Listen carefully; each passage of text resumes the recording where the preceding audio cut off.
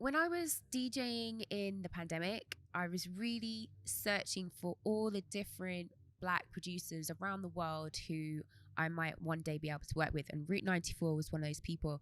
I really loved the kind of 90s sound that he's really good at. And but you never know when you go and meet a producer for the first time, you have no idea whether you're going to have chemistry or whatever. But so I turn up in London, and I have to go into like a building that does not look like a studio, and there's like all kinds of like back stairs and corridors, and I'm like weaving around, and I go down to this basement and open the door to this studio that just, it has so many different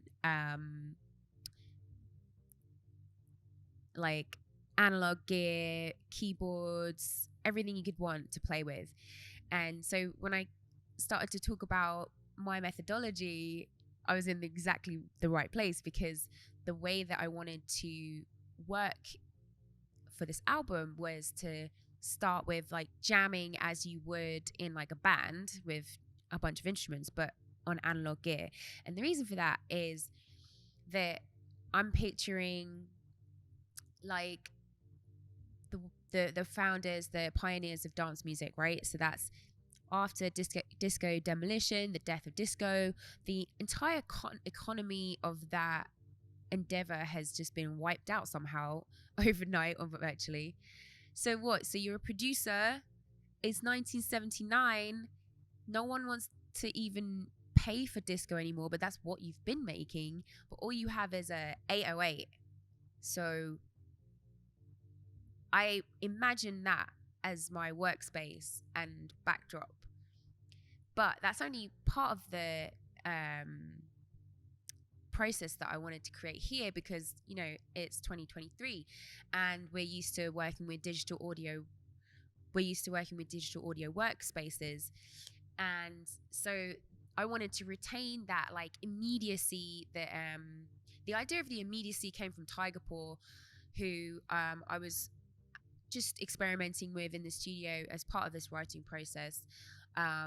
And they were explaining to me that the reason they really like using analog gear is because of that immediacy of like the jam session. So I wanted that element. I thought that was really exciting. I'd never done anything like that before. So yeah, just when I got into the studio with Route 94, explained this process, and it was, I can just see whenever I explain it to a producer I'm going to work with, I can see the light turn on and the enthusiasm, and the room changes, and it feels like we're plugged into our heritage in a way that we didn't think about before. And that's what's really exciting. So this track, Underwater, was really, really quick. It was just a fun jam session down the basement on some analog gear, Route 94 on the keys. I'm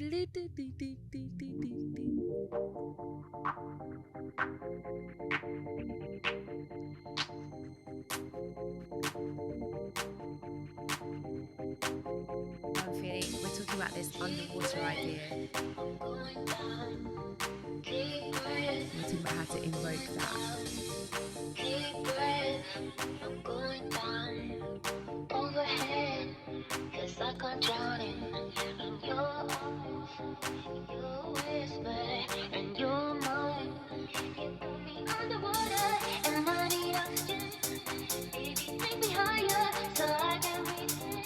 You got me underwater, and I don't wanna leave, and I just can't deny it. That's what you do to me. It's what you do.